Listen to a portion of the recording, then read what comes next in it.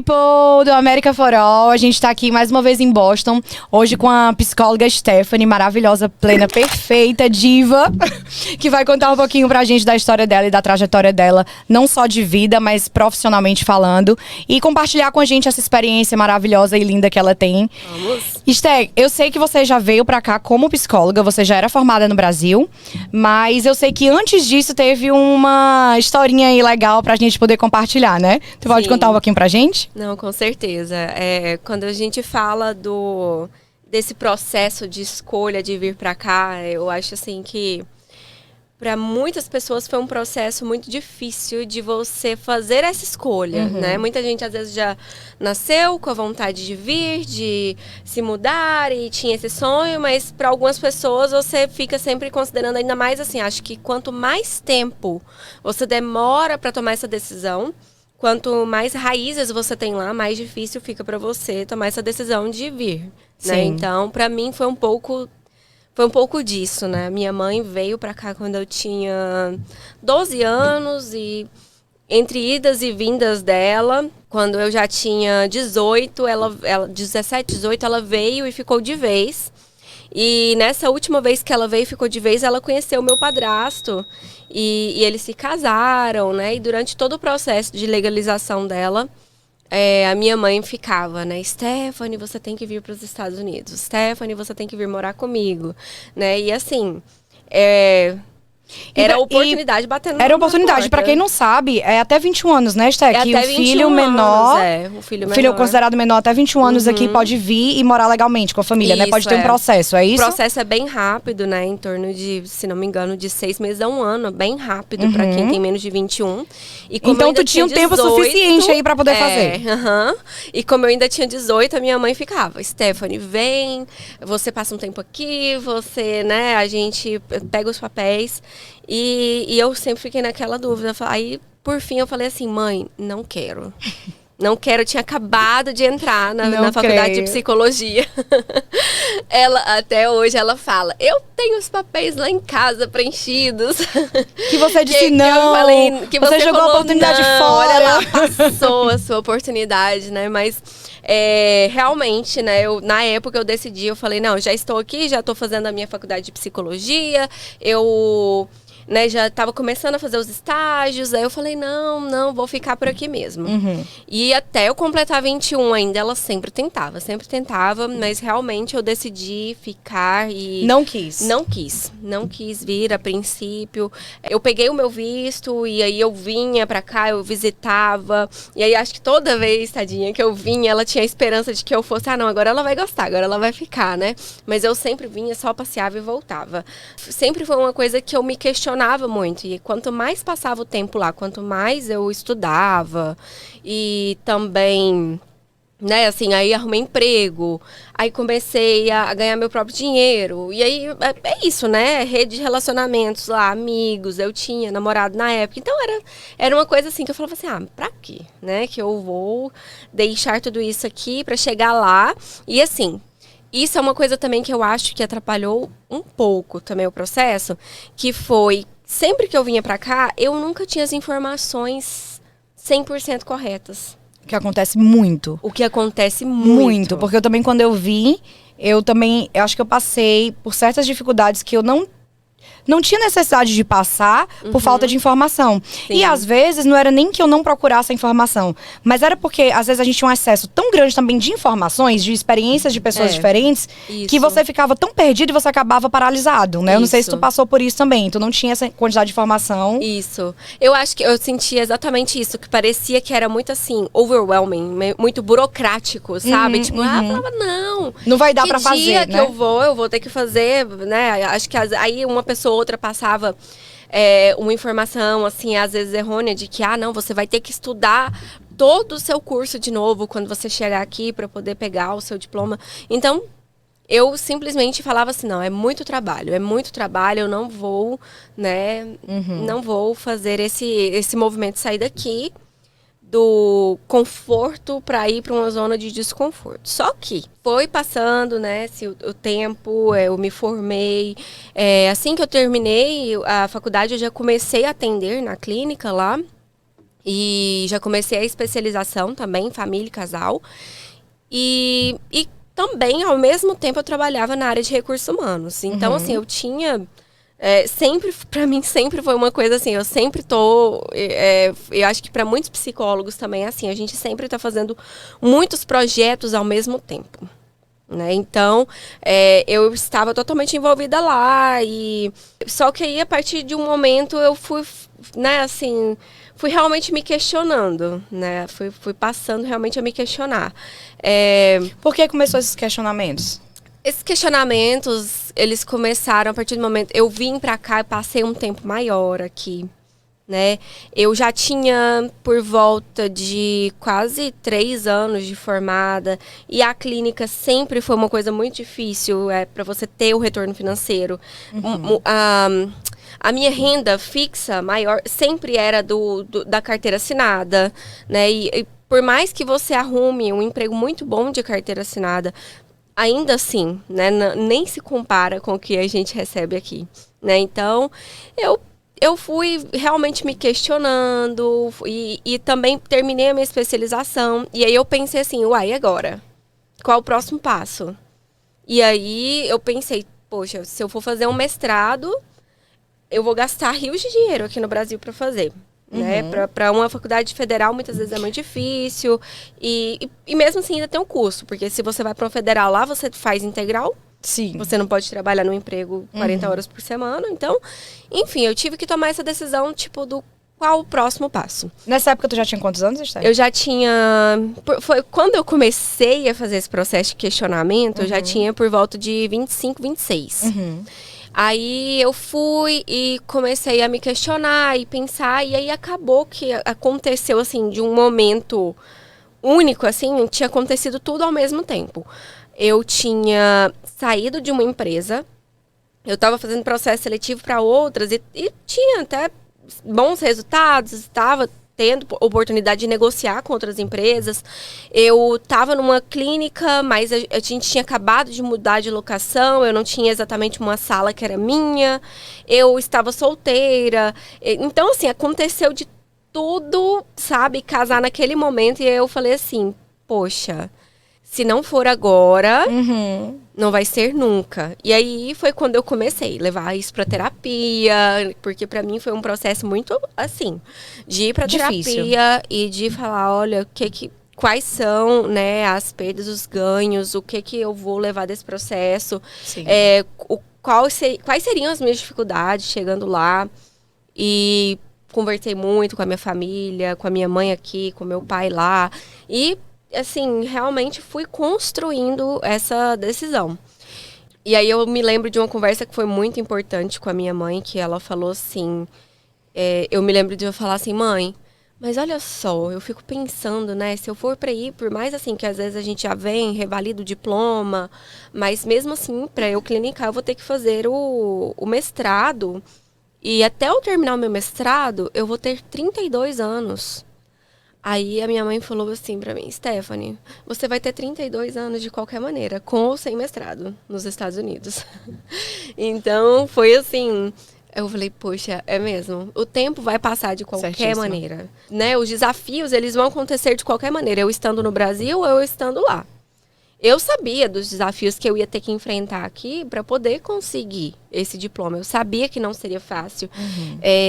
Tem a barreira da língua, né? Por mais que meu inglês já fosse muito bom, mas é muito diferente quando você está estudando uma coisa em outra língua e não somente isso. Você tem que estudar e você tem que pensar rápido em outra língua. Né, de forma científica, né, e assim...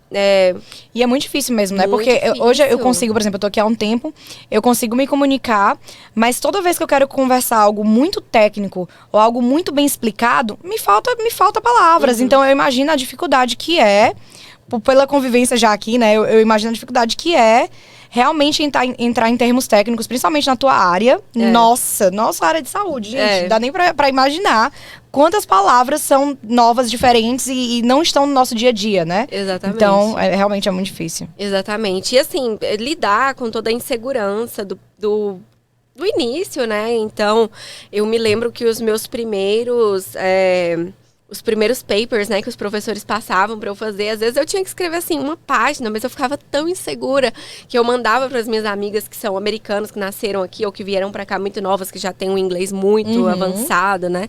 Eu mandava para elas, ai, pelo amor de Deus, me ajuda com esse trabalho aqui, me ajuda com esse...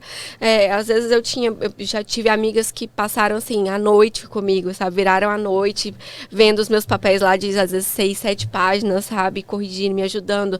Então, assim, tive que lidar muito com isso, tive que lidar muito com essa insegurança de você se colocar nesse papel de, poxa, eu falo outra língua, eu penso em outra língua, e como que eu vou me expressar nessa segunda língua? Mas eu acho que foi muito importante para mim, assim, ter tido essa coragem. Quando eu cheguei no meu mestrado, felizmente, a minha faculdade, pelo menos, ela era uma faculdade que ela tem muito a cultura de receber estudantes internacionais. Então, eu tinha muitos colegas na minha sala que eram de outros países. Nunca passei por nenhum episódio, nunca passei por nenhuma situação na qual eu me sentisse discriminada ou julgada pela maneira como eu falava, sabe? Muito pelo contrário. Eu sempre percebi muito respeito, né, e apoio, dos meus colegas, dos meus professores, por você tá se aventurando, você saiu do seu país, você tá aqui, você tá dando sua cara a tapa, você, né, tá crescendo, você, né, realmente, assim, tá se colocando como vulnerável para poder aprender em uma outra língua. Então, graças a Deus, tanto no meu mestrado quanto também no meu estágio, né, também as oportunidades que eu tive. No meu estágio não tinha ninguém que falava português, nenhum colega, nada, ninguém. Então foi também um desafio. E até mesmo assim, os próprios pacientes, eles também nunca senti nenhum preconceito em relação a isso. Muito pelo contrário, acho que quando você chega como terapeuta e que você fala, você se apresenta, você fala um pouco do seu background, você fala, olha, eu sou do Brasil e tudo mais. A maioria, né, das pessoas, elas enxergam muito isso como um a mais. Uma coisa que enriquece o processo terapêutico, né? Principalmente se às vezes, por exemplo, às vezes é um paciente que está ali e que às vezes é americano, mas ele tem, né, a família ali que, né, também é imigrante. Então, eles dão muito valor e eles respeitam muito isso. Então, com certeza. Eu me sinto muito feliz pela escolha, assim, por como eu fui acolhida. Eu queria saber, esse processo seu da mudança para vir para cá, com o mestrado, como foi esse processo de fazer o visto de estudante, né, que você veio? Como foi o processo de fazer o visto de estudante? E o que é necessário para que uma pessoa que esteja no Brasil, que queira realmente ter uma formação e queira fazer um mestrado aqui, eu não sei se tu consegue explicar isso, mas se tu puder falar um pouquinho pra gente. Não, com certeza. Acho que é muito legal, muito importante. E eu sempre que alguém me manda um direct lá no Instagram ou que me procura, eu sempre tento, assim, ser a melhor pessoa possível. Porque foi tão importante para mim as pessoas que realmente sentaram comigo e que tiraram um tempinho, fizeram uma ligação ou que se propuseram me explicar como funciona esse processo. E assim, foram tão poucas pessoas que eu poderia contar na minha mão, sabe? Que assim, eu sempre tento ser essa pessoa para as outras pessoas. Porque eu acho que é importantíssimo. E não só isso, também durante o processo de imigração, né? Acho que é muito importante você oferecer essa ajuda, esse apoio, né? Com Enfim, certeza. Mas voltando para a pergunta... Eu entendi. Você quer agradecer alguém especificamente? Quer falar o nome da pessoa? Principalmente agora, por último, né? A Fernanda Alves, que é a psicóloga também, psicóloga também, que eu tô trabalhando com ela. Ela foi, assim, essencial nesse último processo. A Fernanda é a da Flórida. Ela está na Flórida atualmente, mas ela também tem a prática clínica aqui, em Massachusetts. E a gente está trabalhando juntas hoje também. Fernanda, quero te conhecer, inclusive. Sim, vai conhecer a Fernanda. Tá lá em Orlando. Conversaremos. Exatamente. E ela também foi, assim, uma das pessoas que me chamou no office dela e, assim, leu beabá pra mim, sabe? Do processo todo. Que massa. E, assim, até então, ninguém tinha, sabe, me explicar dessa maneira. Acho que tive pessoas antes, por exemplo, aplicando visto estudante, fazendo todo esse processo que também foram importantes, mas, assim, quando você conversa com alguém específico da sua área e que realmente passou pelo mesmo caminho que você passou, é outra coisa. Diferente. Né? Então, assim, o que eu daria, né, de conselho, de dicas para quem está no Brasil e pensa em vir, ou até mesmo, gente, tem pessoas que às vezes vieram para cá e que estão aqui, às vezes, com visto de estudante, estudando inglês, ou que estão aqui, às vezes, o marido teve uma oportunidade e aí nunca conseguiram, né, assim, revalidar o diploma aqui. A dica que eu dou é menos complicado do que parece. Né? Quando a gente vê o processo todo, parece ser muito difícil, mas não é difícil. É burocrático, né? No sentido de que existem as etapas, os papéis, mas não é impossível. Né? Para mim já foi uma coisa assim, poxa, quando eu comecei a estudar, já foi uma coisa assim, nossa, eu tô estudando. E depois, quando eu comecei o mestrado, de fato, porque eu estudei primeiro o inglês, né? Então, quando eu comecei o mestrado, já foi uma coisa assim, meu Deus, uai, era só isso que tinha que fazer? Né? Era esse caminho. Eu tava sofrendo tanto à toa? Eu tava sofrendo tanto à toa, era isso que tinha que fazer, era esse checklist aqui que tinha que cumprir, né? Então, assim, a primeira dica é realmente converse com as pessoas, faça um passo a passo, porque não é impossível. Né? É um processo que é longo, você vai realmente ter que trabalhar isso na sua cabeça, de você entender que, igual para mim, eu tive que abrir mão da minha prática clínica lá no Brasil, no caso, a clínica física, né? Eu já tinha meu apartamento, eu tinha meu carro, eu tinha a minha carreira. Você lá, tinha uma certa estabilidade, que você ia abrir mão de tudo para voltar a ser uma estudante num país que você não sabe nem a língua. Exatamente. É uma loucura. Né? Exatamente. É uma loucura. Mas vale a pena. Mas vale a pena. Então, assim, pra mim foi isso. Eu vim primeiro com visto de turista, porque eu não tinha... Realmente eu não tinha a intenção de vir pra estudar. Quando eu realmente decidi vir, ainda assim não foi pra morar. Eu falei assim, não, eu vou estudar 6 meses. Vou ficar lá por 6 meses e eu vou ver o que eu faço. Aí eu realmente falei assim, não, realmente eu vou aplicar pro visto de estudante. Aí apliquei. Aí primeiro fui estudar inglês. Aí depois eu decidi, não, realmente eu vou ficar. Vou fazer o meu mestrado. Porque até então, até mesmo quando eu cheguei, eu ainda estava resistente, né? De aplicar realmente o visto. Tinha um pouquinho de medo. Principalmente pela questão, né? De que, por exemplo, quando você toma a decisão de você ficar mesmo como estudante, você, de certa forma, você abre mão de algumas coisas. Sim. Tu aplicou daqui ou tu aplicou de lá, Esther? Apliquei daqui. Então, assim... Foi uma coisa que foi uma decisão muito acertada. Não me arrependo da decisão que eu tomei. Mas foi a segunda decisão mais difícil, né? Foi difícil decidir vir para passar esse tempo. E depois foi difícil decidir aplicar o visto estudante e ficar. Porque isso envolvia o meu conhecimento de que eu ia ter que passar um tempo sem voltar para o Brasil. A minha melhor amiga estava para se casar. Né, eu ia ser madrinha de casamento dela. Então foi a primeira coisa que eu fiz. Liguei pra ela e falei assim, olha, você vai se casar e eu não vou estar no seu casamento. É muita emoção, né? É muita emoção, é muita coisa. E hoje ela tá grávida. Então é isso. Quando você faz esse tipo de decisão, é muito mais do que só uma decisão profissional. Muito mais. Com toda certeza. Você tá deixando você está abrindo mão de participar de momentos muito importantes na vida de muitas pessoas das quais você se importa. Eu tenho amigas que se casaram, primas, irmãs que tiveram filho, né? Pessoas esses momentos que eu perdi. Então, eu já ia falar isso. Esses momentos são extremamente importantes, mas também tem aqueles de despedida que a gente não consegue estar, né? Exatamente. Que é muito difícil. Eu perdi meus avós agora recente e foi super difícil. É uma sensação assim de que, como se, não que você tenha falhado, mas dá uma sensaçãozinha assim de, poxa, eu não tava lá. Poxa, eu não estive nos últimos momentos. Eu não estive... Mas são escolhas que a gente toma, entendeu? E eu sei, porque eu conversei com os dois pouco antes dos dois falecerem. Eu sei que eles tinham orgulho das minhas decisões, orgulho da pessoa que eu me tornei, do meu crescimento, do que eu fiz, entendeu? Então isso gera aquele conforto, gera aquele, né, aquele calorzinho no coração. Mas é muito difícil realmente a gente escolher sair do nosso país. A gente não vai quebrar laços, mas vai romper algumas relações, sim. A gente sabe que rompe, né? Não tem como a gente manter 100% todas as relações que a gente tinha.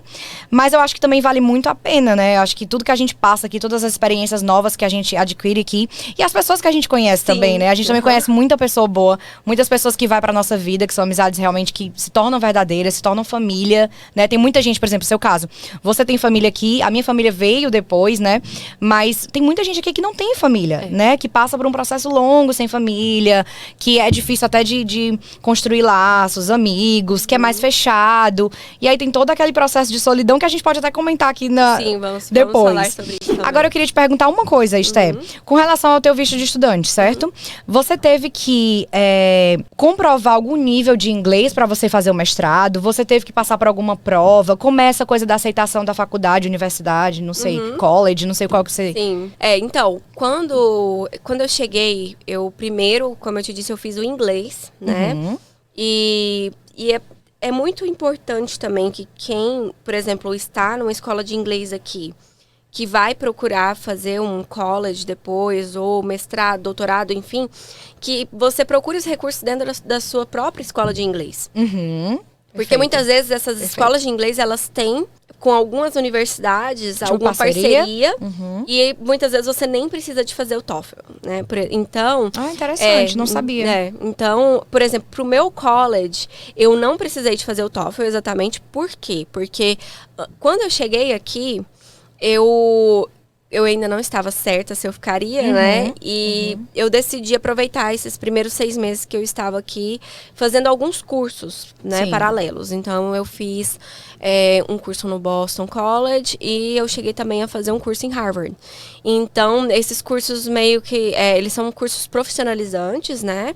Mas, assim, para você entrar nesses cursos, você faz uma prova de inglês para poder você provar a proficiência, para você poder participar, mesmo que como um visitante. Você não tem nem que ter visto de estudante para fazer esse tipo de curso.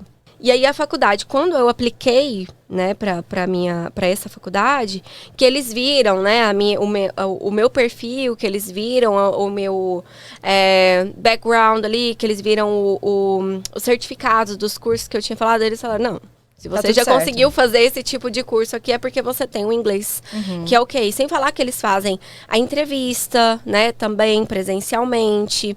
Outra coisa que é interessante também é quando você está procurando um college, você ir realmente conversar com o setor de admissões, né? Para a pessoa te ver, você vê a pessoa.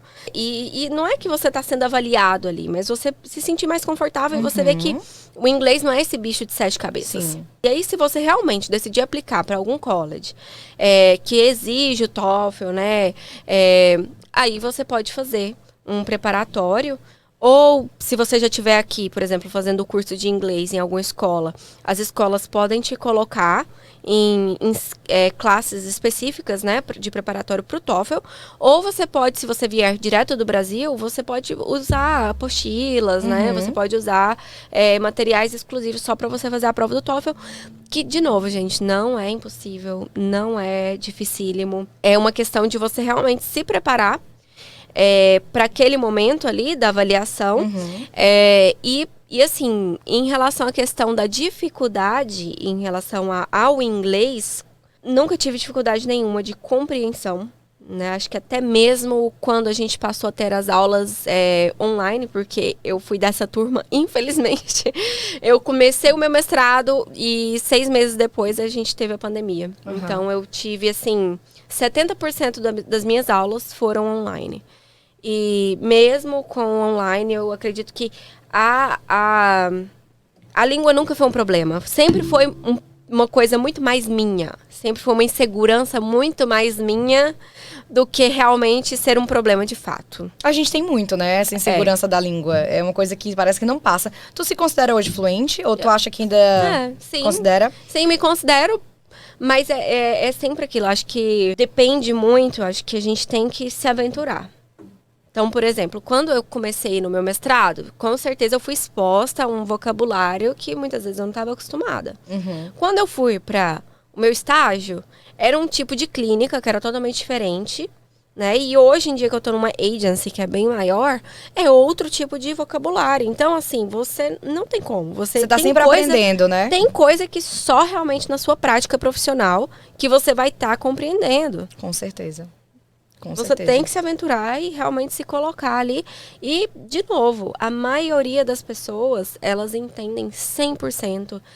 Se você precisar que repete, repete. I'm sorry. Eles vão e repetem tudo e falam e te explicam, né? E tem o maior respeito, a maior consideração por você ser um profissional que está dando a cara a tapa, né? E realmente fazendo esse caminho que é tão difícil, né? Sim, maravilhoso, é verdade.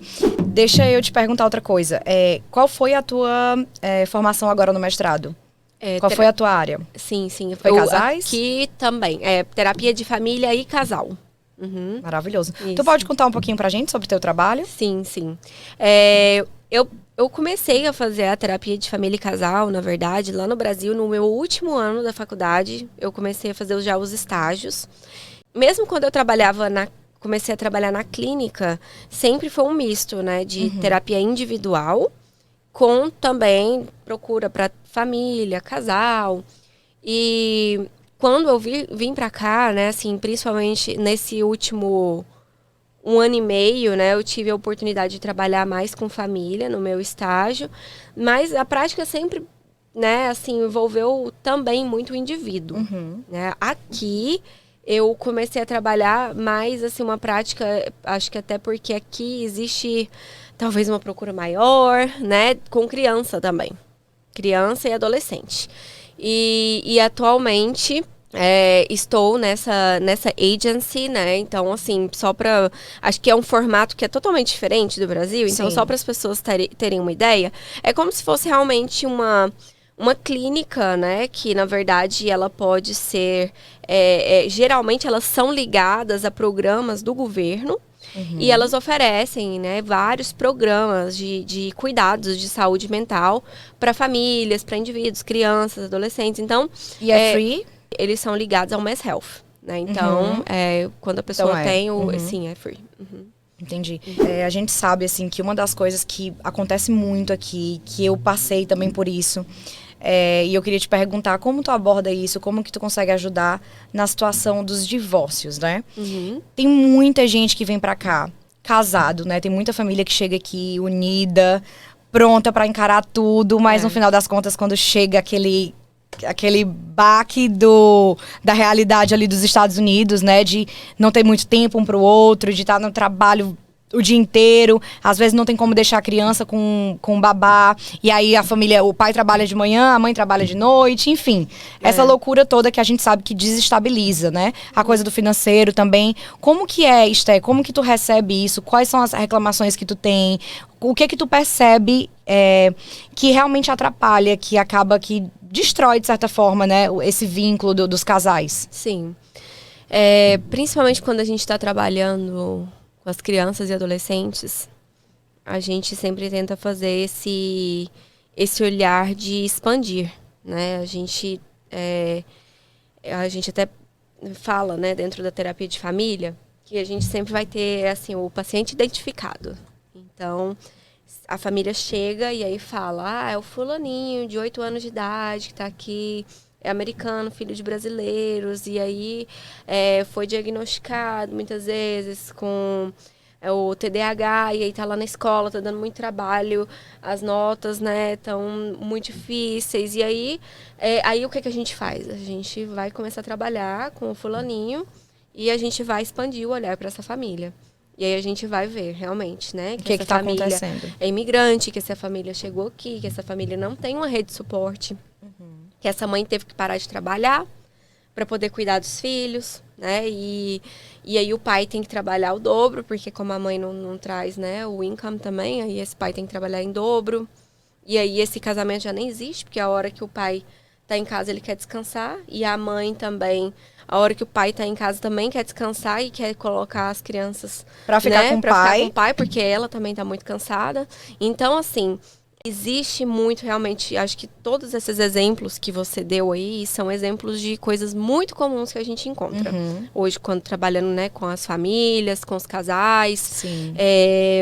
Acho que uma coisa que a gente precisa de discutir é a gente voltar lá atrás, né? Voltar lá atrás, acho que nesse comecinho, igual você falou aí, desse momento em que a família vem toda feliz, né? Às vezes nem é a família constituída, ainda às vezes é só um casal. Só o casal. Né? Mas esse processo no qual a família tá lá atrás. Cheio de sonhos.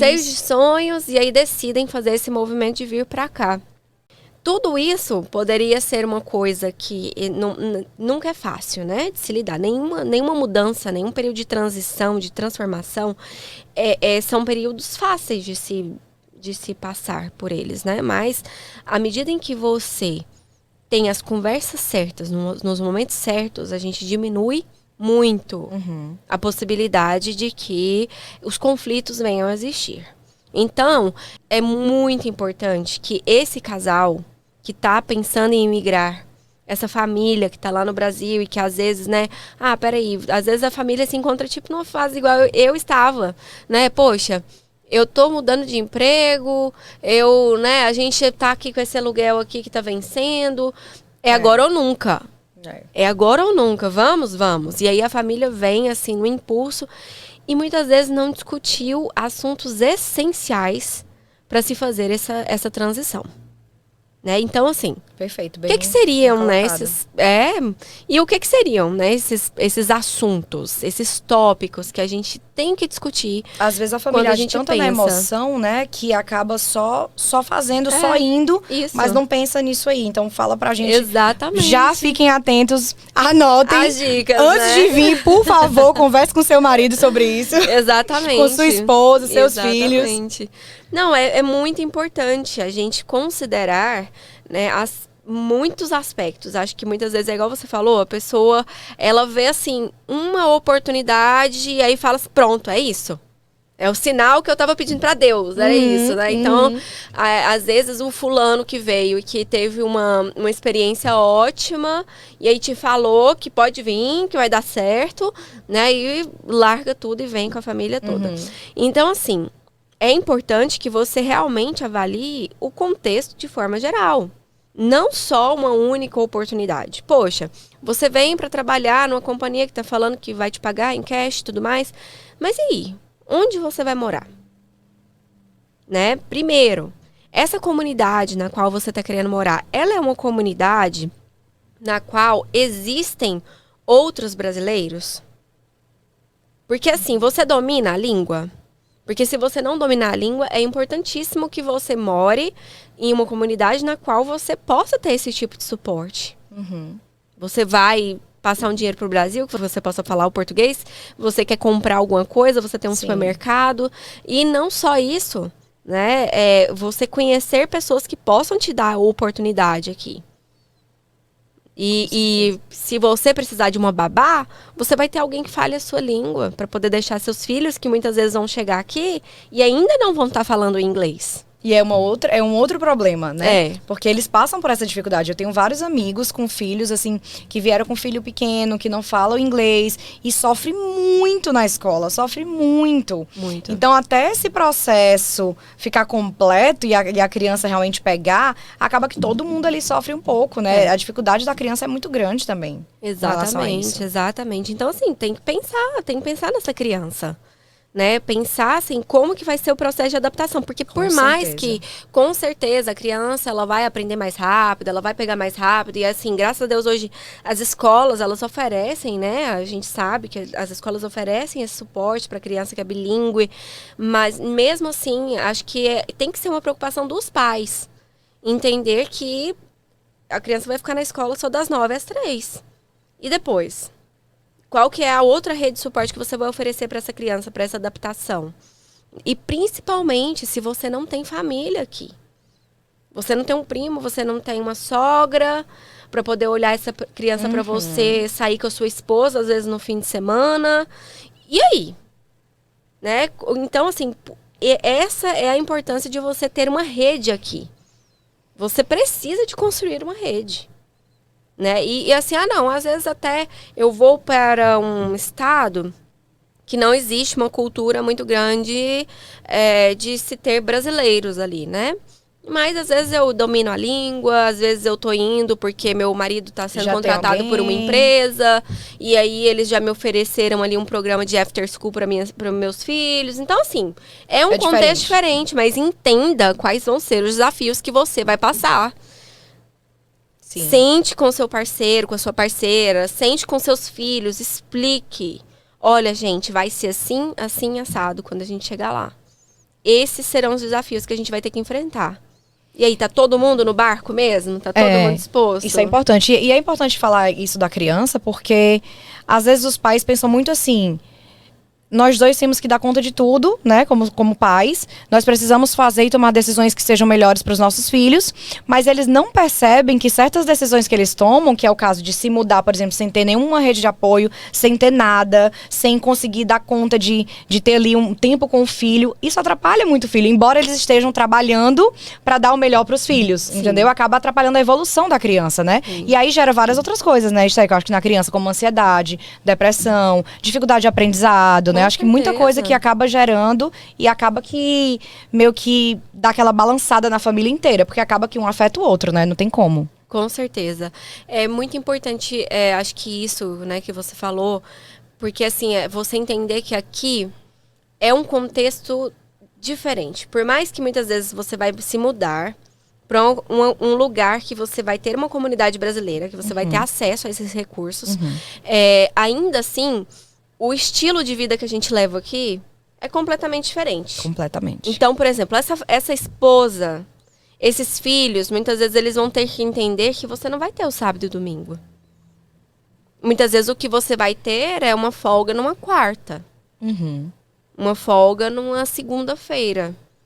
E aí, né? Se você realmente vem pensando no bem-estar da sua família, dos seus filhos, como que você vai fazer isso funcionar? Porque não tem regra, né? Vamos combinar. Não tem regra. Não necessariamente tem que ser sábado e domingo. Mas você concorda que é importante, né? A gente ter esse momento de qualidade com os filhos, um momento de qualidade desse casal. E aí a gente já volta naquilo. Volta pro casal. Né? Do divórcio. Por que tanto acontece isso? Cadê esse tempo do casal? Cadê o investimento do seu tempo de qualidade com essa pessoa? Como que você vai fazer isso funcionar? Se você é um pai que às vezes vai trabalhar num restaurante de quinta a domingo, entendeu? E aí você vai ter folga segunda, terça e quarta. Como que você vai dividir seu tempo? Então, são os acordos que a gente tem que fazer. Eu acho que essa parte da conversa ela é extremamente importante. E eu não tinha pensado nisso realmente, de como o diálogo pode melhorar, entendeu? Ou não atrapalhar em algumas situações. Porque eu acho que falta também esse diálogo com a criança. Embora seja uma criança, né? É importante ter. É importante falar, papai e mamãe não vai estar presente nesses dias, né? A gente vai ter um tempo tal. E realmente organizar esse tempo, né? Ter esse tempo precioso com a família, ter o tempo só do casal, né? Porque é muito difícil ter. A gente sabe que principalmente para quem chega aqui no início, é muito difícil. É muito difícil, porque os dois estão trabalhando, se for só o casal, né? Os dois estão trabalhando o dia inteiro, não bate às vezes as folgas, né? Porque trabalho diferente. Então, tá folgando na segunda, outro na quinta. Quando tá folgando, tá fazendo coisa de casa, tá ajeitando um carro, tá fazendo... É muito difícil, a gente sabe que é muito difícil. Até ter uma estabilidade que eu não sei vocês, tá? Mas eu costumo perceber, assim, por conversas com amigos e pela minha própria experiência. A estabilidade, assim, pra mim, estabilidade de eu conseguir organizar um pouco meu tempo, veio com mais de ano. Veio com mais de ano, entendeu? Foi ali quase 2 anos, então não é fácil. E lógico que cada um tem o seu processo, né? Cada um tem um tempo. Mas não é fácil. Então, se você não conseguir ter esse diálogo, se você não conseguir organizar seu tempo, se você não tiver em sintonia, e principalmente, se o casal realmente não tiver... Não só de acordo, mas em sintonia mental, né? Psicológica ali, do que eles querem pra eles, pros dois, não vai fluir. Realmente vai chegar, não vai dar. Não vai ter como, né? Como é que os casais chegam hoje pra ti, assim? Quando eles vão atrás de você, quando procura, eles procuram separado, eles procuram juntos? Você faz terapia de casal juntas mesmo, separado? Como é que funciona? E quais são, assim, as atividades que tu propõe pra essa situação? Então, hoje em dia, muita da procura que a gente tem, ela é uma procura que geralmente é por uma das partes. É muito difícil ser o casal, assim, os dois em consenso. Porque vamos até combinar, né? Se a pessoa ela tá concordando tanto, provavelmente é um reflexo de que em outros pontos da vida eles também estão muito bem alinhados. E geralmente esse não é o caso. As pessoas, elas esperam chegar ao pico, né, da raiva, da frustração, do descontentamento para realmente procurar terapia. Então, geralmente, esse casal, ele procura ou o marido ou a esposa. Às vezes também não necessariamente, né, precisa de ser um casal casado, mas e geralmente o que eles procuram é, assim, resolver o problema que o outro está causando na vida dele. Né? Mas nunca é ele, né? Nunca é ele, nunca é ele. Então, assim, eu vim aqui para poder fazer terapia porque a minha esposa é muito difícil. Eu vim aqui fazer terapia porque o meu marido não presta, né? Ah, eu quero fazer a terapia de casal, mas o meu marido não quer. Não sei o que eu faço, menina. Eu sei que a gente precisa. Ou então também tem aquele caso, eu quero fazer terapia de casal, mas quem precisa de terapia é ele. Só que como ele não quer fazer terapia, eu vou falar pra gente fazer terapia de casal, entendeu? Também tem ainda tem esse caso? Tem esse caso também, entendeu? Então, tem, assim, diversos tipos de demanda, mas geralmente o que é comum é que esse casal, ele espera tempo demais para procurar ajuda, né? E geralmente já em uma situação em que um já ameaçou o outro, no caso assim de, acho que realmente não vai dar, né? A gente procura isso aqui ou a gente realmente termina. Né? Então, muitas vezes esses casais, eles chegam nessa situação. O trabalho de terapia de casal, ele depende muito de terapeuta para terapeuta, de abordagem para abordagem. Existem alguns terapeutas que fazem o processo completo com os dois, sempre juntos. E existem alguns terapeutas que na primeira ou na segunda sessão, pode ser que eles separem esse casal para poder entender a perspectiva de um. E depois junte eles de novo. Então vai depender muito da abordagem de cada um. Agora, uma coisa que é comum, né, dentro da terapia de casal, é que a gente explica sempre para esses clientes, né, que o nosso cliente ali não é um ou outro, é o casal. Então, não existem alianças. Então, por exemplo, se esse casal chegou e a gente vai conversar sobre esse problema, e se, por exemplo, em uma das nossas conversas ali, existe algum segredo que é compartilhado comigo, a gente vai trabalhar com aquela pessoa, encorajar para que ela abra esse segredo para outra pessoa. Porque não podem existir alianças. Então, perfeito. Uma traição, né? Algo assim, porque não tem como a gente trabalhar um casal sendo que existe uma terceira parte, né? Então, assim, a gente faz é por isso que às vezes, né, alguns terapeutas, eles preferem fazer esse momento no qual a gente divide o casal, pra gente entender, e não, obviamente, não só, né, por conta desses segredos, mas também para você entender um pouco do histórico dessa pessoa. O histórico familiar é importantíssimo você entender o histórico familiar para que você entenda como isso impacta, né, na maneira como a pessoa percebe, entende o que é um relacionamento. Com certeza. Então, esses casais a gente faz esse trabalho. E assim, o tipo de técnica que a gente utiliza depende muito do que é a queixa. Então, muitas vezes esse casal realmente, ele vem e a queixa maior é porque realmente eles não conseguem sentar e conversar de maneira pacífica, eles não conseguem se entender. Então, muitas vezes a gente vai ter que trabalhar algumas técnicas de comunicação não violenta, para poder facilitar o diálogo. A gente vai fazer até mesmo alguns role-playing ali na hora da sessão, para a gente poder dar essa oportunidade para cada um falar, para cada um se expressar.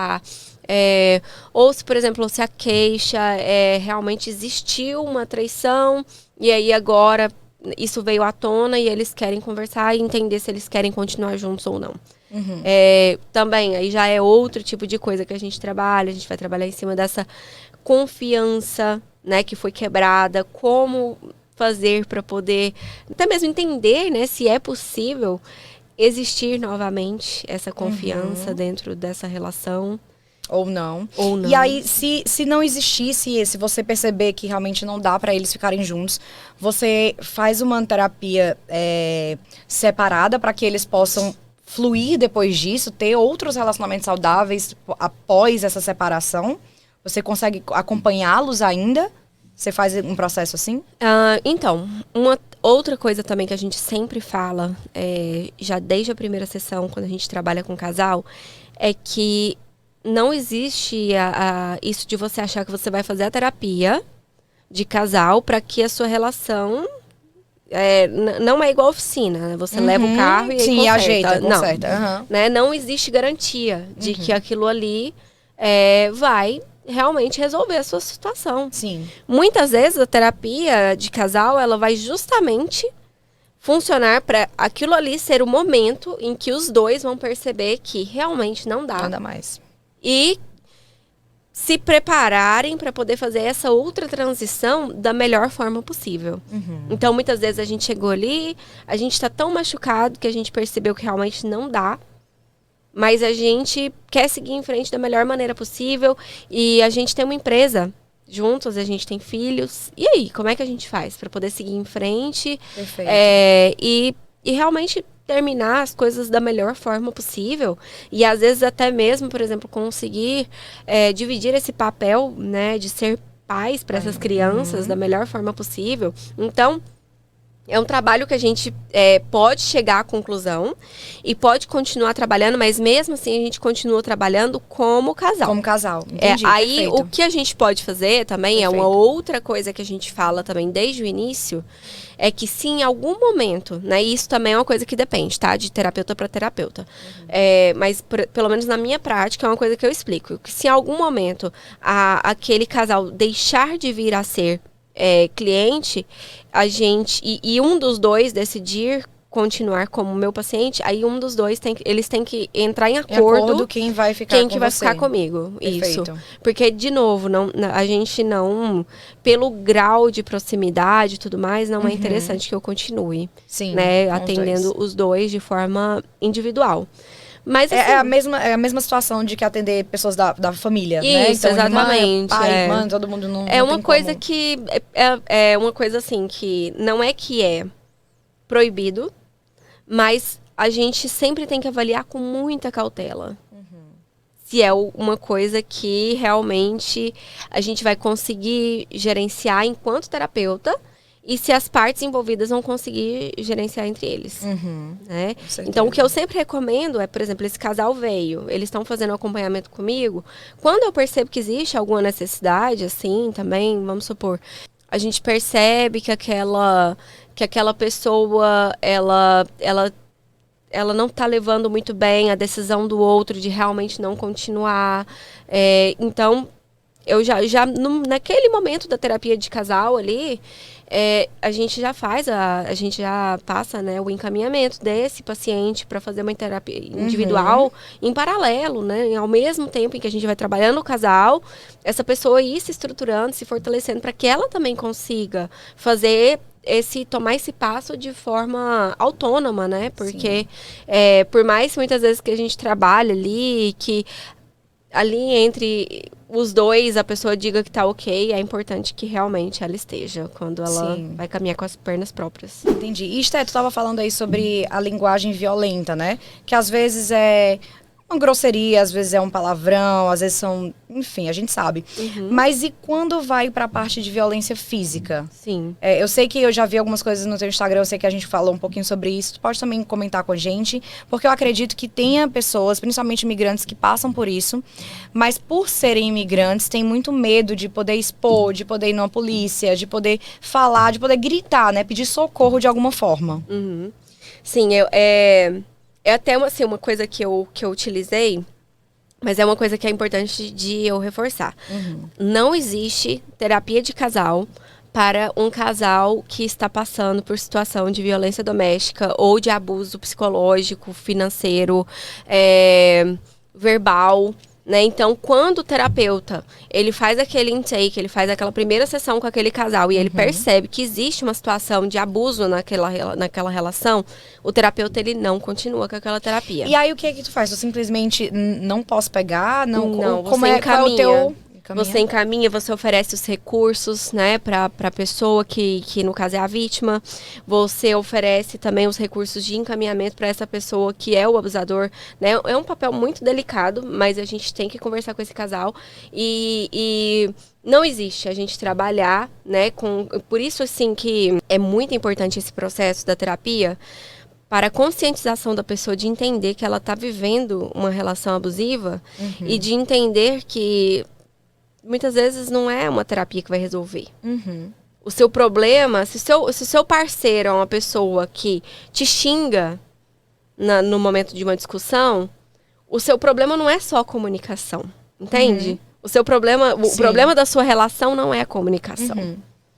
A gente fala que a pessoa tem uma comunicação, e até o termo, quando eu falei a comunicação não violenta, é no sentido de aquela comunicação de acusação, de defensiva, muito mais no sentido de aquela comunicação de vou me separar, vou embora. Isso é comunicação não violenta? Ou então, não, por exemplo, de você... A gente utiliza muito, né? Existe esse livro, Comunicação Não Violenta, do Marshall Rosenberg, que é um psicólogo que ele explica, tipo, algumas técnicas de você fazer gestão de conflitos. Ele até trabalhava com gestão de conflitos entre países, né? Então, para você poder saber... realmente escutar uma parte, escutar a outra. Isso que eu tô falando, essa comunicação não violenta, é você saber utilizar os recursos de uma conversa, assim, de uma conversa pacífica. Normal, pacífica. Amigável, por exemplo, igual a gente tá aqui, a gente tem sonhos em comum, mas a gente precisa de decidir em relação ao país que a gente vai morar, que tipo de casa que a gente vai morar. E aí a comunicação não violenta, ela entra para poder explicar para você alguns recursos sobre como escutar, como colocar a sua opinião. Isso é uma comunicação não violenta, né? Assim, isso é uma coisa que a gente trabalha na terapia de casal. Agora, na terapia de casal a gente não trabalha, né? Não existe isso de você querer consertar essa relação no qual vocês conversam e um dá tapa na cara do outro, né? E um xinga um ao outro. Isso aí já passou do ponto de que uma técnica de comunicação não violenta vai chegar e resolver o seu problema. Né? E as mulheres hoje, ou os homens, enfim, que passam por esse tipo de agressão, porque também vem da parte da mulher muitas vezes, né? A gente sabe que também tem mulheres que fazem, certeza, né? Com certeza. Você já pegou casos assim? De perceber que a mulher também faz isso? Porque às vezes a gente pensa muito na violência da mulher, mas a gente esquece também que acontece o contrário. Com né? certeza, com certeza. Não somente violência verbal, como também física, como também financeira. Alienação parental também acontece muito também pelo lado da mulher. Né, de você tentar, né, para quem não sabe exatamente o que é alienação parental, mas é quando um dos pais realmente tenta, né, conversar com essa criança e distorcer fatos e fazer realmente que essa criança tenha uma visão totalmente parecida em relação à visão de pai e mãe do outro parceiro ou ex-parceiro que essa pessoa teve, né? Então, existe sim muitos casos, né, de alienação parental, de abuso verbal, físico, psicológico, financeiro por lado de mulher também. E como que a pessoa pode hoje pedir ajuda com relação a isso, Esté? Tem cantos específicos, tanto a mulher quanto o homem, digo de modo geral. Sim. Tem cantos específicos que você pode procurar essa ajuda para que você saia disso? Você sabe algum? Você saberia me informar alguma coisa sobre isso? Com certeza. A primeira coisa, realmente, que eu acredito que ajuda a pessoa a perceber que ela está nessa relação e se preparar, porque nunca é um processo fácil. Pra gente que lida com isso, pra gente que trabalha com isso, a gente entende que existe um ciclo de violência doméstica. Então, não é fácil da pessoa se libertar desse ciclo. E a primeira coisa é o empoderamento. Então, essa pessoa ela precisa de passar por esse processo de compreender que realmente ela está em um relacionamento abusivo, ela está realmente passando por uma situação na qual ela é vítima de violência doméstica e ela precisa de adquirir esses recursos e realmente de ter essa força para que ela possa procurar as alternativas, porque com certeza as alternativas elas existem. Então eu diria que a terapia individual ela entra nesse processo, né, de você tá realmente conseguindo se fortalecer para que você tome a decisão, essa primeira decisão. Isso seria o primeiro passo. Agora, a segunda coisa é você realmente ter a consciência de quais são esses caminhos que você pode seguir. Então, é você se informar, você correr atrás, você conversar com pessoas. E nesse processo no qual você faz essa terapia e que você realmente vai se fortalecendo, você vai, muitas vezes, esse terapeuta ele vai desconstruir com você essa ideia de que você não tem essa rede, de que você não pode contar com ninguém. Né? Então, assim, fica um alerta para os colegas psicólogos, né? A importância de você realmente estar preparado para poder saber atender essa clientela. Porque você tem que ser capaz de explicar o que esse paciente, que esse cliente é capaz de buscar, o que ele pode buscar de recurso. Então, por exemplo, se você é um psicólogo lá do Brasil, que você está atendendo alguém aqui de Boston, o mínimo que você pode fazer é se informar a respeito de como funciona o processo legal aqui, de quais são os recursos que a pessoa pode encontrar aqui, né? Então, isso é muito importante, porque essa pessoa ela precisa de ter clareza que ela tem para onde ir. Ela precisa de ter claro na cabeça dela, né? E isso é uma coisa que, assim, a gente tem que deixar como alerta aqui, que não é porque você é imigrante, não é porque muitas vezes você está aqui num status, né? Você está sem status, né? No caso, que você não tem direitos. Você tem direitos. Você tem recursos. Até mesmo para quem não tem recurso financeiro, existe a possibilidade de você procurar ajuda. Então, aqui em Boston, eu conheço 2 instituições principalmente, né? Que fazem esse trabalho. O primeiro é o Consulado Brasileiro de Boston, que eles têm uma equipe bem preparada para poder atender essa população e encaminhar. E tem um outro também, uma ONG também, que fica em Quincy, que se chama Dove. Ela é uma ONG também para vítimas de violência doméstica. E essa ONG é uma das que eu sei. Por que eu indico ela? Porque ela é uma das que eu sei que tem equipe multidisciplinar bilíngue. Então, tem pessoas que falam português. E não só psicólogos, mas assistente social. Eles têm advogados. E polícia, contato com a polícia. Então, eles fazem um trabalho interdisciplinar para poder conseguir tirar essa mulher. Essa ONG específica é para mulher. Então, eles fazem esse trabalho muito belo de conseguir dar todo esse apoio, de conseguir tirar essa mulher desse lugar. E não só isso, né? Porque, assim, é muito fácil a gente falar, sai dessa relação, sai dessa casa, pega suas malas, vai embora, pega seus filhos, vai morar com sua amiga. Né? É muito fácil falar isso. Mas, por exemplo, lugares como esse, eles não só fazem a pessoa, né? Eles te ajudam a chegar à decisão de realmente sair, como também eles te oferecem um apoio para depois. Então, tem um abrigo, tem o contato com a polícia para você fazer o boletim de ocorrência, para você... Aí tem o contato com o advogado para você ver quais são os próximos passos, principalmente se você é uma pessoa, né? Se você é imigrante, se você está sem status, o que você pode fazer para você poder ficar aqui da melhor forma possível. Ah, mas eu só posso procurar ajuda, então, Stephanie, se eu tiver muitas vezes em um relacionamento, casada com alguém que é americano? Não. Se o seu parceiro também for imigrante, também tem como você procurar ajuda. Então, isso não deve ser uma coisa que te prive. Paralise, que te paralise, né? Que te faça ter medo de buscar ajuda. Porque mesmo se você for uma pessoa que hoje você não tem o status, existem recursos para que você saia dessa situação. Sim, perfeito. E, inclusive, a gente vai deixar, né, Esther? Depois isso, a gente vai deixar. No final do vídeo, a gente vai colocar algumas instituições dessa, tanto aqui em Boston, quanto na Flórida. Se a gente conseguir de outros lugares, a gente vai colocar também, para que, caso você esteja passando por isso, ou você conheça alguém que esteja passando pela mesma situação, a gente possa ajudar de alguma forma, né? Isso, exatamente. E agora está mudando aqui rapidinho, voltando a falar de relacionamento, mas agora para pessoas solteiras, certo? Sim. Eu quero fazer algumas perguntinhas, pra gente brincar aqui, descontrair um pouquinho.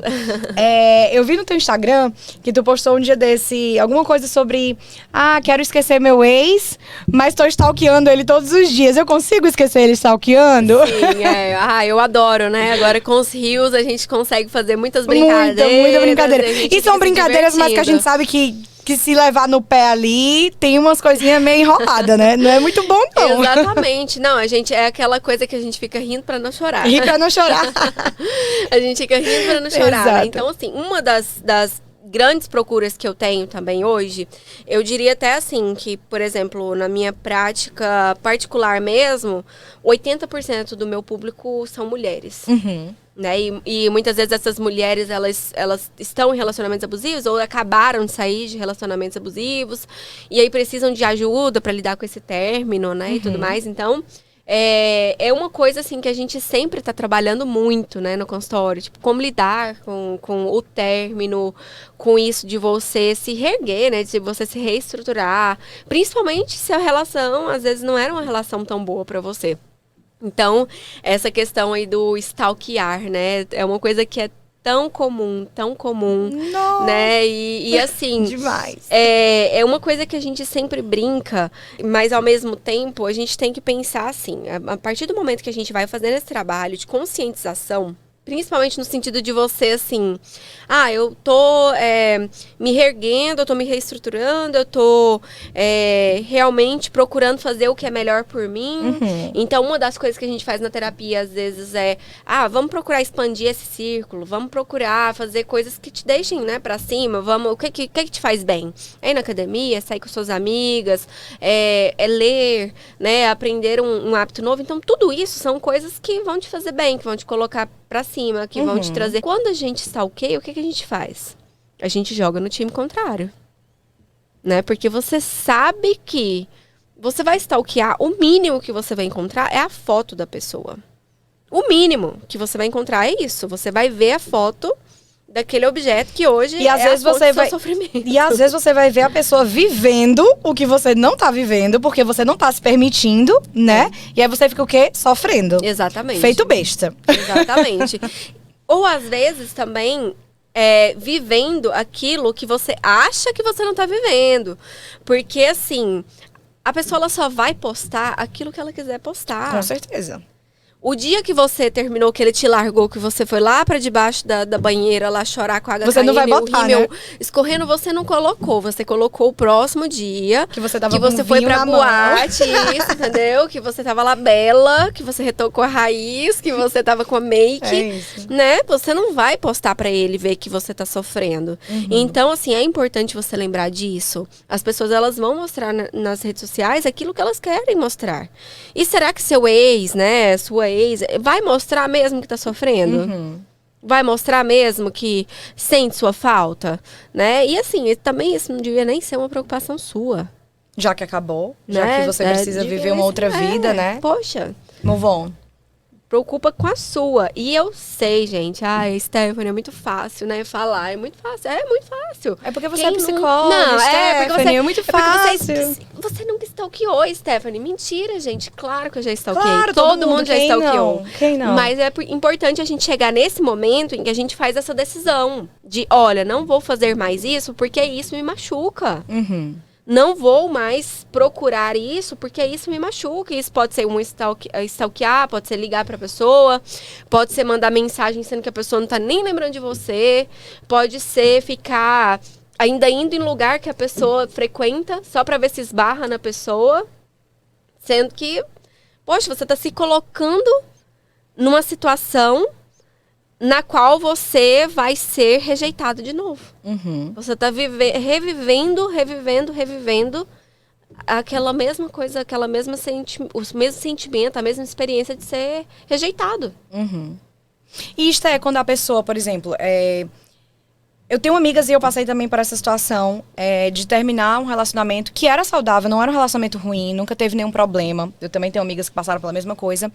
Mas eu não sei se por conta da idade, se por conta da maturidade, eu não sei por quê. Não tem mais aquele prazer de viver aquela vida, de viver em festa, pegar todo mundo e fazer aquela coisa toda.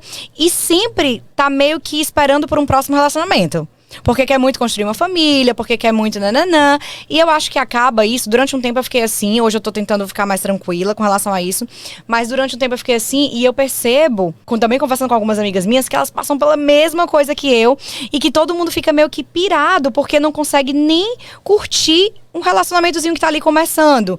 Às vezes é só uma conversa, às vezes é só um fica, mas acaba jogando toda uma expectativa em cima daquela pessoa. Parece assim, acabei de conhecer, ai, vai ser o marido, vai ser meu marido, vai ser o pai dos meus filhos. Ai, já me imagino no casamento, entendeu? E eu tenho amigas que a gente até brinca com isso. Tipo assim, teve uma amiga minha que um dia desse falou pra mim, ai, conheci não sei quem, já me vi no altar. Aí começou a rir. Mas a gente sabe que é uma brincadeira, mas que tem um fundinho ali que deseja isso, entendeu?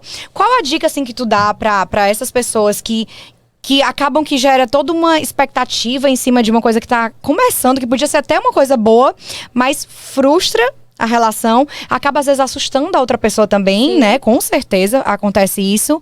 Qual o conselho, assim, que tu daria? O que tu acha que poderia melhorar na cabeça dessas pessoas que estão passando por essa situação? Sim, então, eu acredito que a primeira coisa que a gente tem que considerar nessa situação toda é o seguinte, que a gente tem que estar muito ciente de que existem momentos e momentos de solteirice, né? Uma coisa é você ser solteira quando você tem 18, outra coisa é você ser solteira quando você tem quase 30. 30, né? Perfeito. Então, assim, é diferente. Por quê? Porque com 18 você tá ali, aí você gosta ainda de sair, de ir pra farra, de fazer as coisas. Você sabe que você vai beijar na boca de 3. E se nenhum ligar, tá tudo bem, tá tudo também, certo. Entendeu? E por Tô mais nem que aí, você amanhã gostou, tem outro. se você sofrer, amanhã vai ter outro. Você ainda tem, né, muito tempo pela frente. Eu acho que a gente, que é mulher, a gente se coloca muito uma pressão, porque a sociedade coloca muita pressão em cima da gente, de achar que a gente, com 30 anos, tem que estar casada com 3 filhos. Então, quanto mais tempo passa, né, aí a gente fica com essa cobrança, né? E aí, é muito comum, durante esse processo de crescimento, de amadurecimento, a gente perceber que a vida não é só festa, a vida não é só farra, de que o nosso círculo social, de que as nossas amizades, elas importam, quem está do nosso lado importa, de quem a gente se cerca, né? Muitas vezes vai influenciar 100% em como a sua vida vai para frente ou vai para trás. Então, a gente começa a ficar mais seletiva, né? Então, assim, e isso não é uma coisa ruim. A gente não tem que ver isso com essa dificuldade de pensar assim, poxa, eu tô solteira, eu quero me casar, eu quero construir família, mas eu não tenho saco nenhum de colocar um salto e ir para uma boate. Qual que é o problema? Qual que é o problema de você não ter saco? De você querer ficar em casa, chamar 2 amigas, tomar um vinho, fazer uma receita lá do MasterChef que vocês viram, que é legal, e passar a noite inteira conversando sobre né, finanças, conversando sobre projetos, conversando sobre trabalho. Não tem problema nenhum nisso. Só que aí, o desespero, né, a carência, muitas vezes, o pensamento de que a gente não vai conseguir, de que, tô deixando passar tempo, se eu ficar em casa ninguém me acha, não vou né? conhecer ninguém. Exatamente, aí vem aquele peso. Sendo que é muito importante, né, Bárbara, a gente pensar que é justamente o fato de a gente estar bem sozinha que vai possibilitar que a gente atraia o tipo certo de pessoa para o nosso lado. A nossa energia, né? Por exemplo, eu também tenho amigas solteiras que às vezes elas falam assim, fulano me chamou para sair. Eu não queria nem a pau, mas...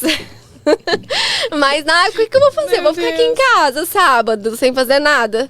Fica, né? Fica. Qual que é o problema? Ai, nossa, não, mas né, eu fico me sentindo tão velho, não sei o que eu fico me sentindo. Gente, isso acontece Qual que é o problema? Muito. E ultimamente, assim, no meu ciclo, tá, tipo, demais. Tá todo mundo nessa mesma vibe. Porque todo mundo, assim, a maioria, né, solteira depois dos 30, tá todo mundo, tipo assim, nossa, eu quero casar, eu quero construir isso, mas ao mesmo tempo eu não tenho mais saco pra tais coisas, pra tais situações. Por exemplo, tem uma amiga minha que ela com certeza tá se identificando nisso, porque eu tô dando todos os exemplos dela. Ela tá se identificando. A gente conversa muito sobre isso e a gente fala, nossa, eu queria muito sair, mas tô tão sem saco. Nossa, eu quero muito alguém, mas eu não tenho paciência nem pra bater papo. Eu não aguento mais esse papinho de homem que vem com, tudo bom, vamos sair hoje. Aquelas coisinhas de 18 anos, de 20 anos, ninguém mais quer passar por isso. Burocracia na boca. Gente, pronto, a burocracia, é exatamente o que ela fala. Mulher é uma burocracia tão grande pra gente chegar nos finalmente, entendeu? No vamos ou não vamos? vamos, vai, ou, sabe? Ou vai ou racha. E é engraçado, porque, tipo assim, a gente também tem que entender que a outra pessoa também tem um lado dela. A gente não sabe quais são os traumas dessa pessoa, as relações que ela viveu. A pessoa também tem a nossa mesma idade, então já passou por um relacionamento longo, provavelmente, às vezes um divórcio. Então, são tantas situações, só que a gente fica tão naquela coisa de eu quero isso, eu quero isso, que a gente dá uma pirada, entendeu? É. E é muito importante a gente manter essa consciência sã de que tudo tem seu tempo, né? E que não importa se eu posso ir na esquina e conhecer o amor da minha vida, como eu posso estar em casa e bater na minha porta alguém por engano e ser o amor da minha vida, como eu posso estar na balada e ser o amor da minha vida. Então, não importa o que a gente faça, desde que a gente se sinta bem, né? Desde que a gente esteja ali no ambiente confortável, desde que a gente esteja fazendo aquilo que a gente realmente quer e não ficar forçando a barra. Acho que a maior dificuldade hoje é que a grande maioria das pessoas querem forçar a barra. Querem forçar porque querem conseguir algo logo, né? Com certeza. Tu recebe isso, assim? Tu Demais, tem... Tuas amigas comentam isso contigo? Demais. Como e, é? assim, experiência própria, né? Então, vou abrir aqui abrir minha vida aqui, né? Já que a gente tá falando sobre de experiências isso. pessoais, né? Assim, a gente não... A gente eu tô não é imaginando só meus psicóloga, contatinhos, né? vendo isso, já todos correndo. Ou não, Ou eles não. vão aprender que você é uma pessoa que Escutem. tenha consciência, que você, né, tá se descobrindo, que você tá aprendendo a ficar bem sozinha. Sim, exatamente. E que você não vai se colocar em um lugar no qual você não tá nem se sentindo bem. Confortável entendeu? de Só estar. pra falar que tem alguém do seu lado. Exato. Igual essa situação dessa minha amiga que falou esse dia. Aí eu falei assim, mas peraí, você já saiu com ele outra vez, né? Você falou que você não ia sair mais com ele. Sim. Aí ela, mas ele chamou de novo. Eu falei, peraí, mas você gostou de sair com ele? Não. Ele beija bem? Não. Você gostou do papo? Não. Eu falei, então por que você tá indo? Só não queria estar sozinha. Né? Por que você tá indo? Poxa, fique em casa. A gente precisa muito trabalhar isso, dessa ansiedade de querer tudo pra ontem. Uhum. E assim, de realmente pensar que a gente consegue ficar bem sozinha. Parece muito clichê, mas, gente, é uma coisa, assim, que é a prioridade, é o top prioridade que você tem que trabalhar na sua vida. Total. Você tem que aprender a ficar bem sozinha. Total. Você tem que aprender a ficar bem com os seus próprios projetos. Se alguém aparecer e que tenha a cabeça mais ou menos alinhada com a sua, ótimo. Isso. Entendeu? Ótimo. Isso. E vai ser muito mais gostoso, assim, do que você ficar tentando pescar. Uhum. Né? Então, assim, contando a experiência um pouco da Stephanie pessoa, né? Eu namorei 10 anos. Quase 10 anos. Foram 9 anos. 9 anos e meio, mais ou menos. Enfim.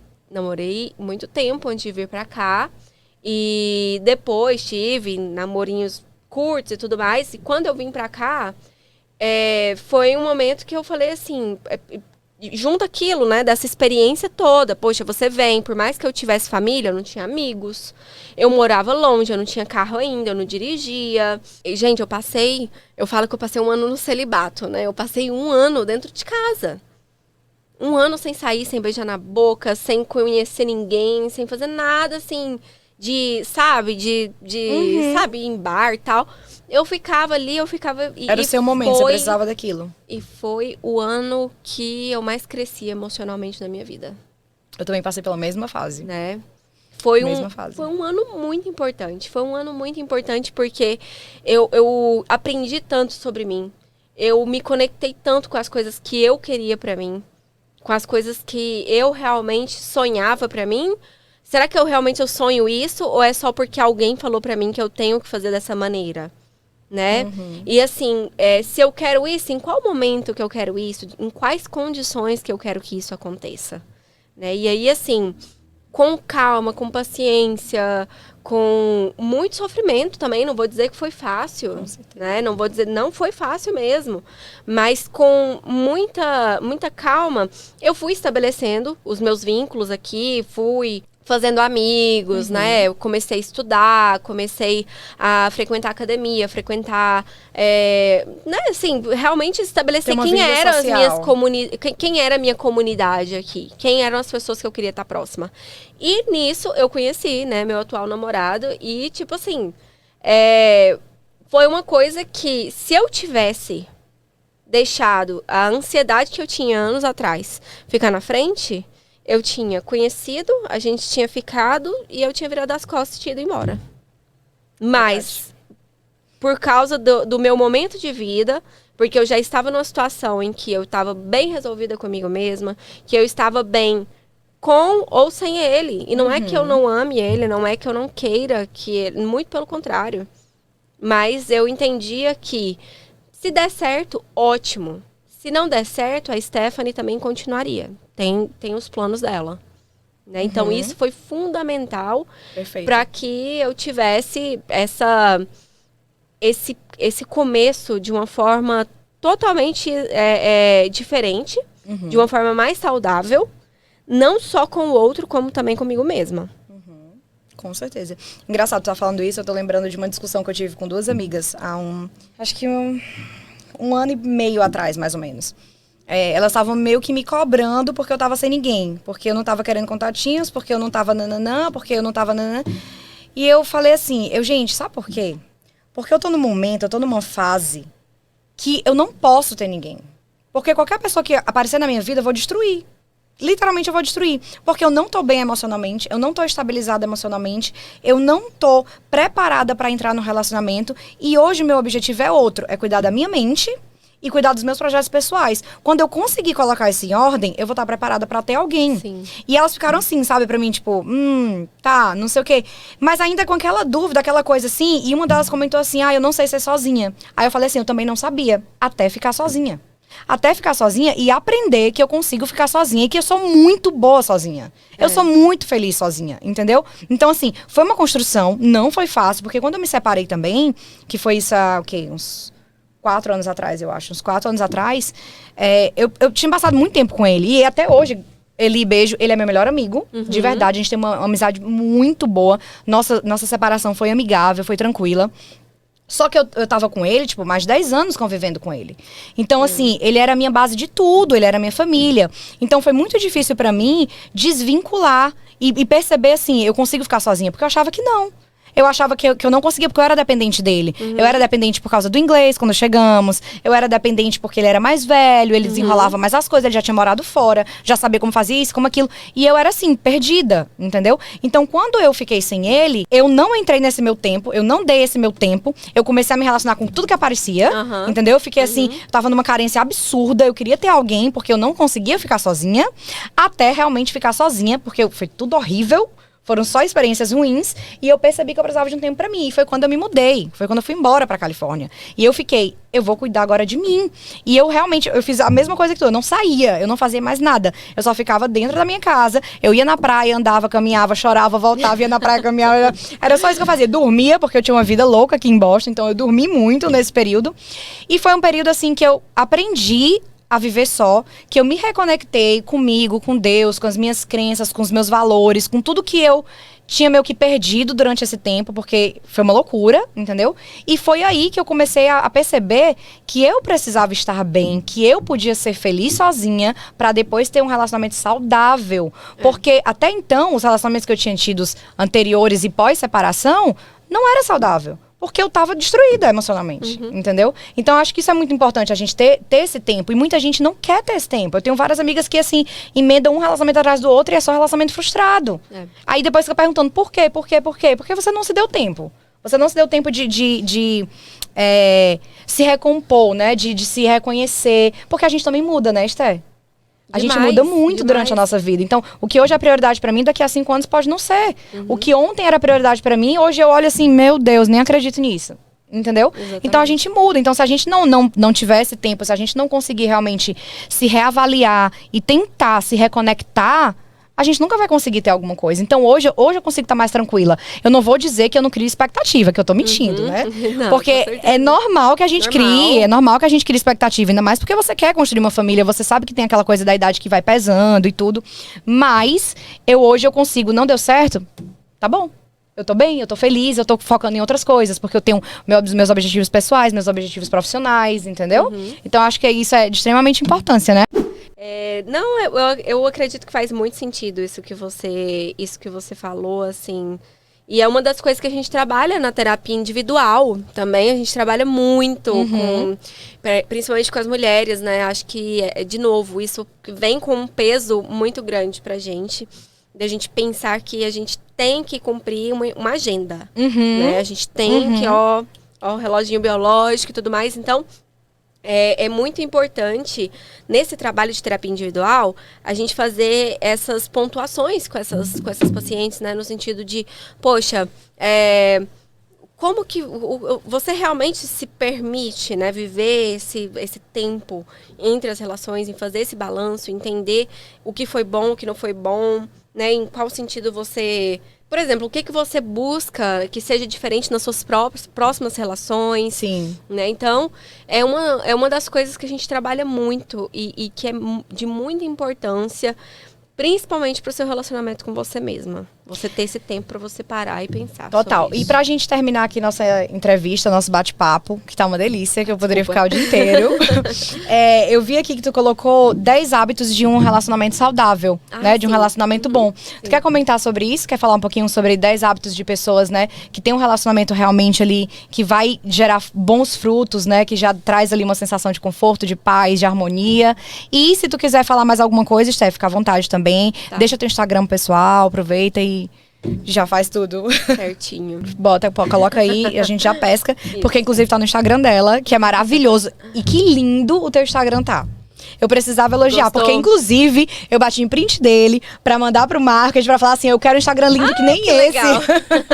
Eu amei. Que legal. Não, a gente ama. Eu e Natália, que é uma das minhas sócias aqui no podcast, a gente é apaixonada por essas cores, por certas combinações de cores, do laranja, do rosa, do vermelho e tudo. E a gente tava querendo muito trazer uma proposta dessa. Mas a gente tem outros 2 sócios que não estavam ali, né, querendo se encaixar ali com a gente, não. E a gente ainda tá nessa luta. Mas a gente acha lindíssimo. No todo, né? No todo, claro. Mas assim, até já fazendo a propaganda dela, quem fez pra mim foi a minha designer. Ela é lá Perfeita, já passa o contato. Laís Lumes Design. Laís, ela beijo, você arrasa, maravilhosa. Demais, ela maravilhosa, é muito maravilhosa. Perfeita. Inclusive, ela tá fazendo esse projeto pra mim e o projeto da minha loja, que eu também vou falar aqui. Novidades, adoro.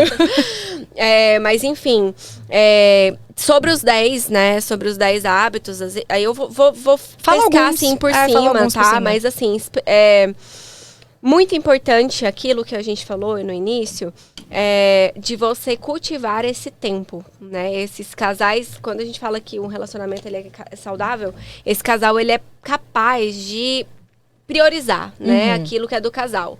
Obviamente que a gente acabou de ter essa discussão aqui, é importante você sim ter seus projetos pessoais, né, mas também do mesmo jeito que você vai fazer a sua agenda ali para os seus compromissos profissionais, para, né, eu vou treinar, eu vou fazer minha comida e tudo mais, cadê o seu tempo ali como casal? Então, os casais, né, saudáveis, eles são capazes de fazer esse movimento natural.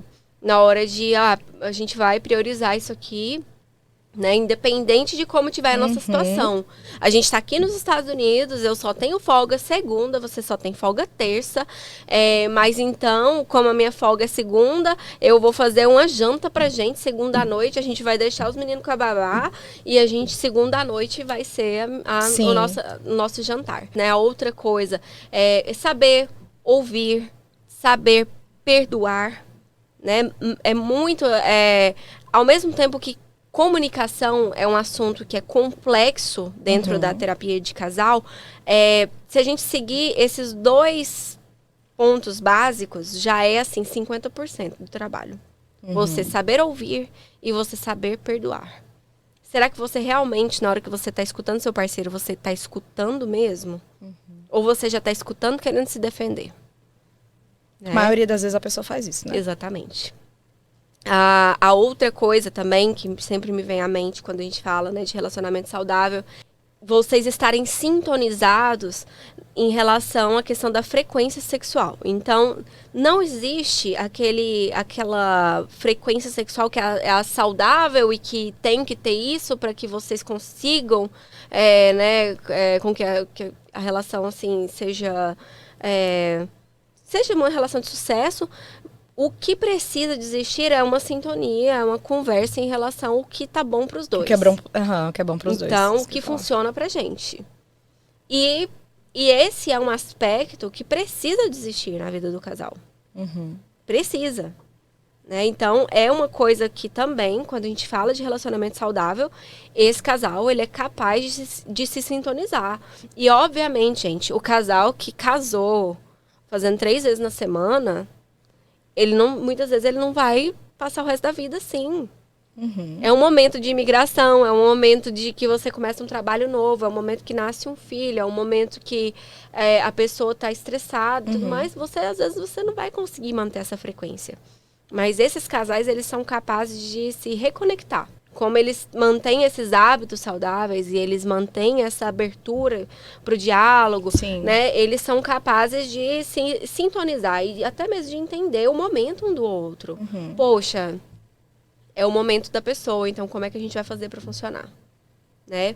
Ela sempre foi a pessoa que me procurou na cama, mas agora ela está passando por isso lá no trabalho dela. Então, que tal eu agora... né, ao invés de eu me colocar como vítima, ao invés de eu, né, poxa, não me ama mais, não, né, eu ser a pessoa que toma a iniciativa.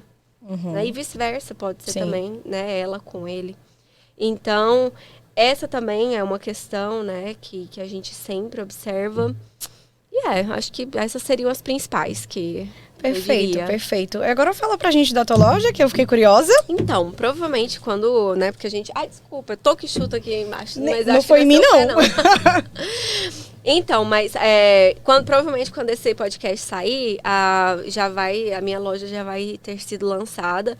É um outro projeto que eu tenho, né? Como eu te disse, psicólogos, a gente sempre tem muitos projetos ao mesmo tempo. Perfeito, então, tá ótimo. Um dos projetos queremos e gostamos. Um dos projetos que eu tô desenvolvendo agora, junto com o meu namorado, a gente tá como sócio numa empresa virtual. E essa empresa, ela vai, né, promover empoderamento mesmo, de desenvolvimento e saúde mental através de produtos. Maravilhoso, perfeito. Então, a gente, a princípio, vão ser produtos físicos, né? Mas no futuro, quem sabe, a gente vai ter também algumas outras coisas. Então, os produtos físicos que a gente vai estar lançando, por enquanto, vão ser vestuário, né? Então, t-shirts, hoodies, sweatshirts, e mugs, aí quadrinhos, e assim, muito legal. Maravilhosa. Então, o próximo pod vai ser contigo e com ele. Isso, pra gente contar a gente vai conversar de sobre, exatamente, sobre o empreendimento, sobre como estão andando as coisas, vai ser maravilhoso. E eu já tô empolgada pra comprar. Exatamente. Não, a gente deve estar fazendo o lançamento agora, nesse verão.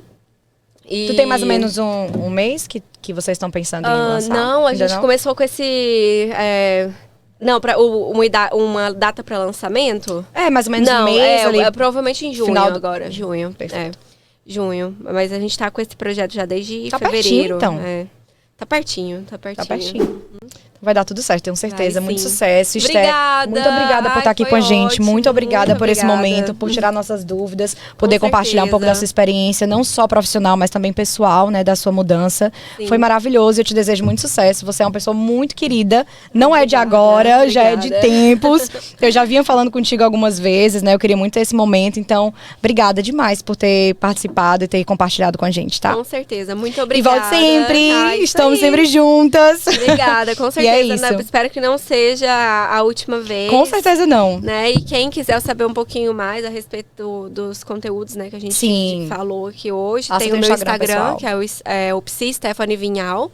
A gente vai colocar também. A gente vai, sempre, todos os dias eu estou dando as caras por lá, pelo menos nos stories. E também, né, nos conteúdos de vídeo, reels, conteúdos para você ler também, às vezes mandar pro parceiro, pra parceira, bem legal. Perfeito. Esté, deixa só uma mensagem pro pessoal que tá planejando sair do Brasil e vir morar aqui, que tá com um pouco de medo, receio, dúvida. Deixa alguma mensagem para eles aí de encorajamento. Sim, com certeza. Empodera esse povo. Com certeza. Bota pra cima e vem. Assim, a dica que eu dou não tenha medo, né, de fazer as coisas por conta de situações, né, de coisas que você mesmo pode resolver, né? Tenha medo, assim, realmente de depender de outras pessoas, de coisas que realmente não estão no seu controle. Mas a maioria das coisas, elas vão estar sim no seu controle. Né, você é sim capaz de fazer mudanças maiores do que você imagina. Com certeza. Vão existir, com certeza, né, infelizmente, pessoas que desencorajam, pessoas que não apoiam. Mas para cada uma pessoa que você encontra assim, você vai encontrar pelo menos 10 que vai te apoiar, que vão estar do seu lado, que vão te abrir as portas. E assim, quando a gente fala em mudança de país, pode parecer muito que você está fechando portas, que você está abrindo mão de muitas coisas. Mas, na verdade, é muito mais o início de uma nova jornada no qual você não tem nem ideia das coisas maravilhosas que você tem para encontrar. E vai encontrar. É. E vai encontrar, né? Exatamente. Tenho certeza disso. Obrigada, Esté. Obrigada. Beijo, pessoal. Até o próximo. Beijo, até mais. E é isso. Obrigada.